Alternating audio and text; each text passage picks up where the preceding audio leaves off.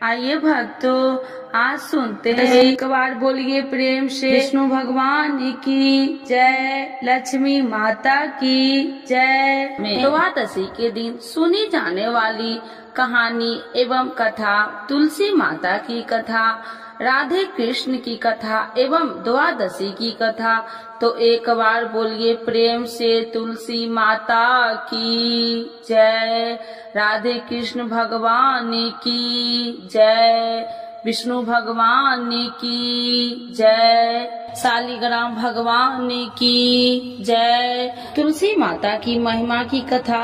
इस कथा के अनुसार एक कुटुंब में ननद तथा भाभी साथ रहती थी। ननद का विवाह अभी नहीं हुआ था। वह तुलसी के पौधे की बहुत सेवा करती थी, लेकिन उसकी भाभी को यह सब बिल्कुल भी पसंद नहीं था। जब कभी उसकी भाभी को अत्यधिक क्रोध आता, तब वह उसे ताना देते हुए कहती कि जब तुम्हारा विवाह होगा, मैं तो तुलसी की बारातियों को खाने को दूंगी और तुम्हारे दहेज में भी तुलसी ही दूंगी। कुछ समय बीत जाने पर ननद का विवाह पक्का हुआ। विवाह के दिन भाभी ने अपनी कथनी के अनुसार बारातियों के सामने तुलसी का गमला फोड़ दिया और खाने के लिए कहा। तुलसी की कृपा से वह फूटा हुआ गमला अनेक स्वादिष्ट पकवानों में बदल गया। भाभी ने गहनों के नाम पर तुलसी की मंजरी से बने गहने पहना दिए।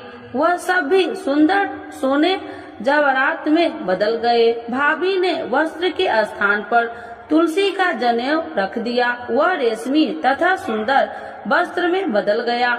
ननद के ससुराल में उसके दहेज की बहुत प्रशंसा की गई। यह बात भाभी के कानों तक भी पहुंची। उसे बहुत आश्चर्य हुआ। उसे अब तुलसी माता की पूजा का महत्व समझाया। भाभी की एक लड़की थी। वह अपनी लड़की से कहने लगी कि तुम भी तुलसी का सेवा किया करो, तुम्हें भी बुआ की तरह फल मिलेगा। वह जबरदस्ती अपनी लड़की से सेवा करने को कहती, लेकिन लड़की का मन तुलसी सेवा में नहीं लगता था। लड़की के बड़ी होने पर उसके विवाह का समय आता है। तब भाभी सोचती है कि जैसा व्यवहार मैंने अपनी ननद के साथ किया था, वैसे ही मैं अपनी लड़की के साथ भी करती हूँ, तो यह भी गहनों से लग जाएगी और बारातियों को खाने में पकवान मिलेंगे। ससुराल में इसे भी बहुत इज्जत मिलेगी। यह सोचकर वह बारातियों के सामने तुलसी का गमला फोड़ देती है, लेकिन इस बार गमले की मिट्टी मिट्टी ही रहती है। मंजरी तथा पत्ते भी अपने रूप में ही रहते हैं। जनेऊ भी अपना रूप नहीं बदलता है। सभी लोग तथा बारातियों द्वारा भाभी की बुराई की जाती है। लड़की के ससुराल वाले भी लड़की की बुराई करते हैं। भाभी कभी ननद को नहीं बुलाती थी। भाभी ने सोचा मैं बहन से मिलकर आता हूँ।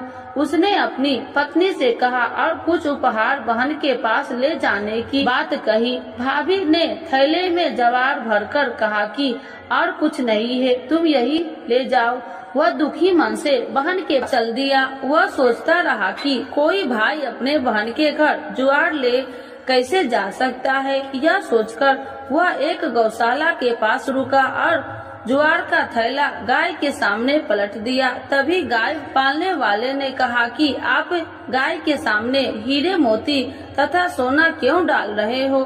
भाई ने सारी बात उसे बताई और धन लेकर खुशी से अपनी बहन के घर की ओर चल दिया। दोनों बहन भाई एक दूसरे को देखकर अत्यंत प्रसन्न हुए। हे तुलसी माता, जैसे आपने उस ननद पर कृपा करी है, वैसे ही सब पर करना।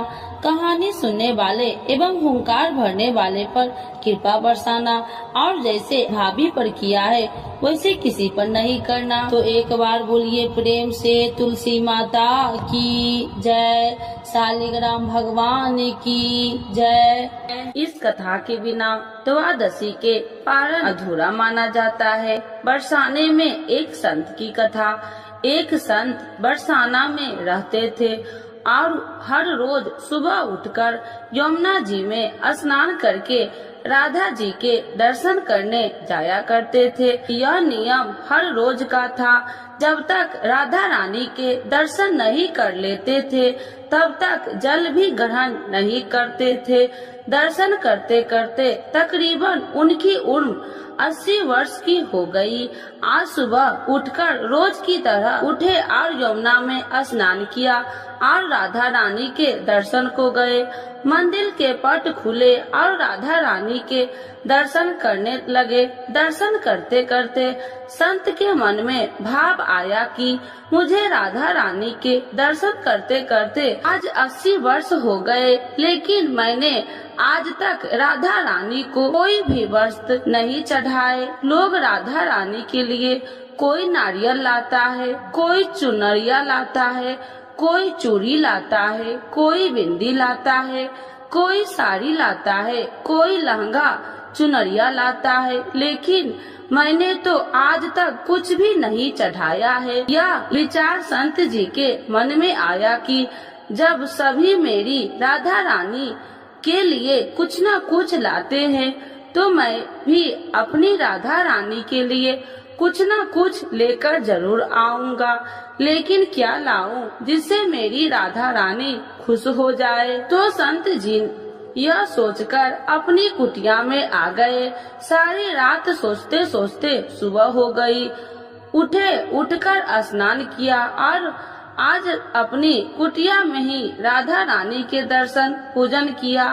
दर्शन के बाद मार्केट में जाकर सबसे सुंदर वाला लहंगा चुनरिया का कपड़ा लाए और अपनी कुटिया में आकर अपने ही हाथों से लहंगा चुनरिया को सिला और सुंदर से सुंदर उस लहंगा चुनरिया में गोटा लगाए। जब पूरी तरह से लहंगा चुनरिया को तैयार कर लिया तो मन में सोचा कि इस लहंगा चुनरिया को अपनी राधा रानी को पहनाऊं तो बहुत ही सुंदर मेरी राधा रानी लगेगी। यह सोच करके आज संत जी उस लहंगा चुनरिया को लेकर राधा रानी के मंदिर को चले। मंदिर की सीढ़ियाँ चढ़ने लगे और अपने मन में सोच रहे हैं, आज मेरे हाथों के बनाए हुए लहंगा चुनरिया राधा रानी को पहनाऊंगा तो मेरी लाडली खूब सुंदर लगेगी। यह सोचकर जा रहे थे, इतने में एक बरसाना की लड़की लाली आई और बाबा से कहती है, बाबा आज बहुत ही खुश हो, क्या बात है बाबा बताओ ना। तो बाबा ने कहा कि लाली आज मैं बहुत खुश हूँ। आज मैं अपने हाथों से राधा रानी के लिए लहंगा चुनरिया बनाया है। इस लहंगा चुनरिया को राधा रानी जी को पहनाऊंगा और मेरी राधा रानी बहुत सुंदर दिखेगी। उस लाली ने कहा, बाबा मुझे भी दिखाओ ना अपने लहंगा चुनरिया कैसी बनाई है। लहंगा चुनरिया को देखकर वो लड़की बोली, अरे बाबा राधा रानी के पास तो बहुत सारी पोशाक है, तो ये मुझे दे दो ना। तो महात्मा बोले कि बेटी तुमको मैं दूसरी बाजार से दिलवा दूंगा, ये तो मैं अपने हाथ से बनाकर राधा रानी के लिए लेकर जा रहा हूँ, तुमको और कोई दूसरा दिलवा दूंगा। लेकिन उस छोटी सी बालिका ने उस महात्मा का दुपट्टा पकड़ लिया, ये मुझे दे दो। पर संत भी जिद करने लगे कि दूसरी दिलवाऊंगा, ये दूंगा। लेकिन वो बच्ची भी इतनी तेज थी कि संत के हाथ से छुरा चुनरिया को छीनकर भाग गई। अब तो बाबा को बहुत ही दुख लगा कि मैंने आज तक राधा रानी को कुछ नहीं चढ़ाया, लेकिन जब लेकर आया तो लाली लेकर भाग गई। मेरा तो जीवन ही खराब है, अब क्या करूँगा। यह सोचकर संत उसी सीढ़िया पर बैठ के रोने लगा। इतने में कुछ संत वहाँ आए और पूछा, क्या बात है बाबा, आप क्यों रो रहे हैं। तो बाबा ने उन संतों की पूरी बात बताया। संतों ने बाबा को समझाया और कहा कि आप दुखी मत हो, कल दूसरी लहंगा चुनरिया बना कर राधा रानी को पहना देना। चलो राधा रानी के दर्शन कर लेते हैं। इस प्रकार संत ने बाबा को समझाया और राधा रानी के दर्शन को लेकर चले गए। रोना तो बंद हुआ, लेकिन मन खराब था, क्योंकि कामना पूरी नहीं हुई। न तो अनमने मन से राधा रानी का दर्शन करने संत जा रहे थे और मन में ये ही सोच रहे हैं कि मुझे लगता है कि किशोरी जी की इच्छा नहीं है, शायद राधा रानी मेरे हाथों से बनी पोशाक पहनना ही नहीं चाहती थी। ऐसा सोचकर बड़े दुखी होकर जा रहे थे। मंदिर आकर राधा रानी के पट खुलने का इंतजार करने लगे। थोड़ी ही देर बाद मंदिर के पट खुले तो संतों ने कहा, बाबा देखो तो आज हमारी राधा रानी बहुत ही सुंदर लग रही है। संतों की बात सुनकर के जैसे ही बाबा ने अपना सिर उठाकर देखा तो जो लहंगा चुनरिया बाबा ने अपने हाथों से बनाकर लाए थे वही आज राधा रानी ने पहना था। बाबा बहुत ही खुश हो गए और राधा रानी से कहा, हे राधा रानी, आपको इतना भी सब्र नहीं रहा, आप मेरे हाथों से मंदिर की सीढ़ियां से ही लेकर भाग गई, ऐसा क्यों? सर्वेश्वरी श्री राधा रानी ने कहा कि बाबा, आपके भाव को देखकर मुझसे रहा नहीं गया और ये केवल पोशाक नहीं है, इसमें आपका प्रेम है, तो मैं खुद ही आकर के आपसे लहंगा चुनरिया छीनकर भाग गई थी। इतना सुनकर के बाबा भाव विभोर हो गए और बाबा ने उसी समय किशोरी जी का धन्यवाद किया।